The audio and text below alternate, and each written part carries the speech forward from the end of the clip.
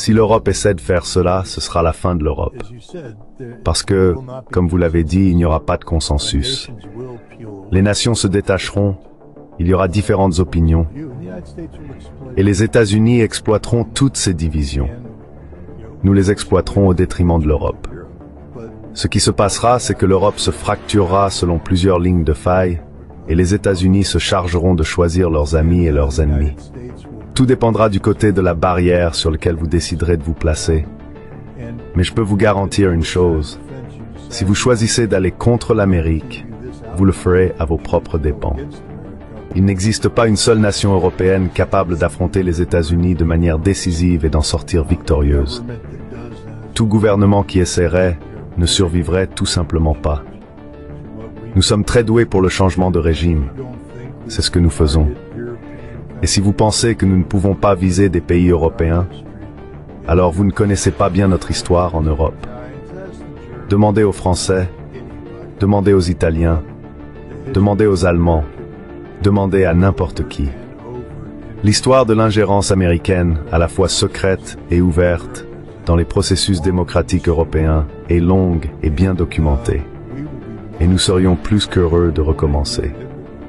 Chacune de vos capitales possède une ambassade américaine, et vous avez permis aux États-Unis d'y installer de très grandes stations de la CIA. Que pensez-vous qu'ils sont là pour faire?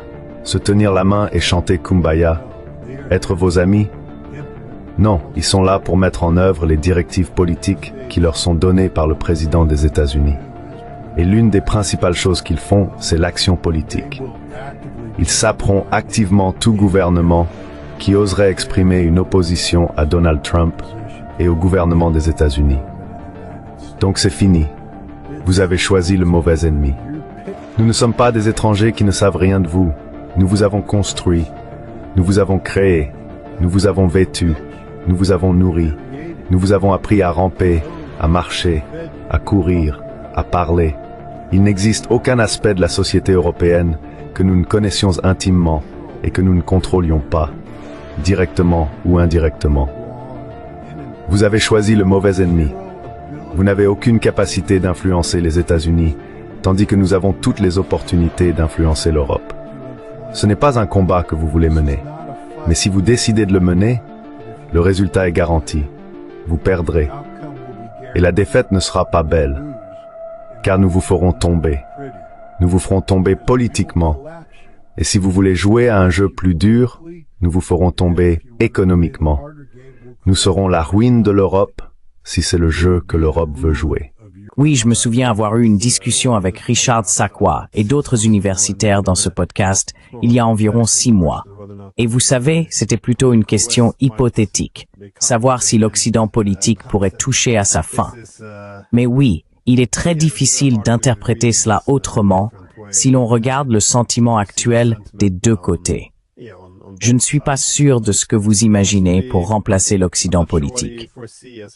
Allons-nous assister à une redéfinition de la relation, à un divorce à l'amiable? Parce que nous, Européens, sommes devenus très dépendants des technologies, des industries, des systèmes de paiement, des banques et des dispositifs de sécurité américains. Si vous êtes l'adversaire, que ce soit la Chine ou la Russie, vous avez tout intérêt à développer une grande autonomie stratégique. Mais après 80 ans de relations aussi étroites, nous nous sommes rendus profondément dépendants. Donc, aller aussi frontalement contre les États-Unis maintenant semble être une erreur.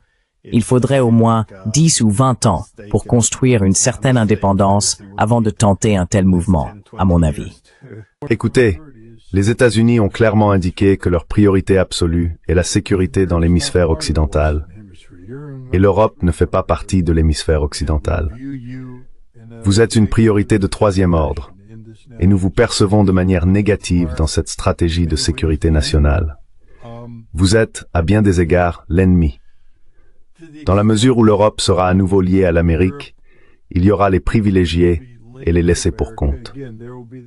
Mais les privilégiés, ceux qui seront sous notre protection, je pense que l'avenir de l'Europe est de devenir une entreprise quasi coloniale des États-Unis.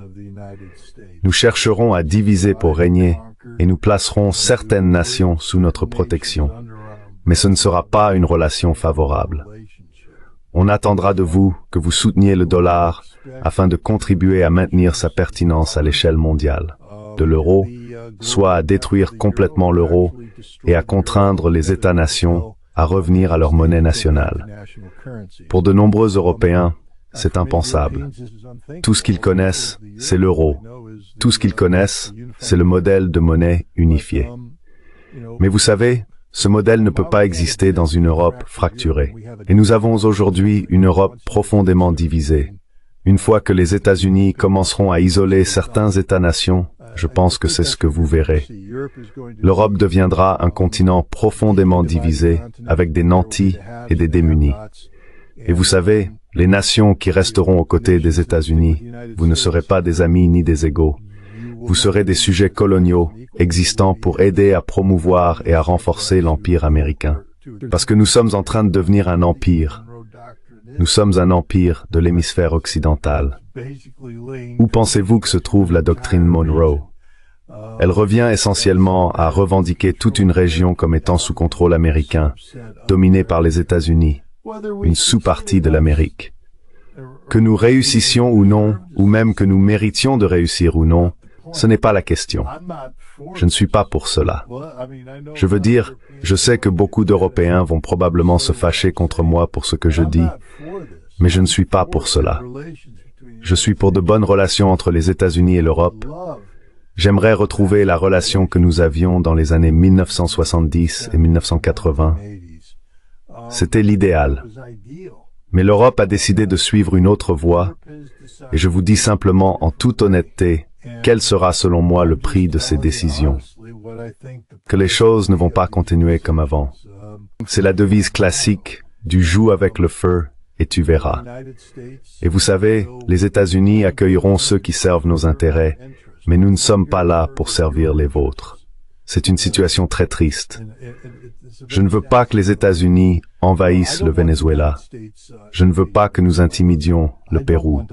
Je ne veux pas que nous cherchions à provoquer l'éclatement du Canada. Je ne veux pas que nous occupions illégalement le Groenland ou le canal de Panama. Je ne soutiens rien de tout cela, mais je dis simplement, en tant qu'analyste, que c'est la réalité de l'Amérique telle qu'elle se présente. Et elle va probablement s'imposer, car rien dans cet hémisphère ne peut nous arrêter. Et l'Europe ne survivra probablement pas à cela dans sa forme actuelle. Le siècle à venir sera probablement mauvais pour l'Europe.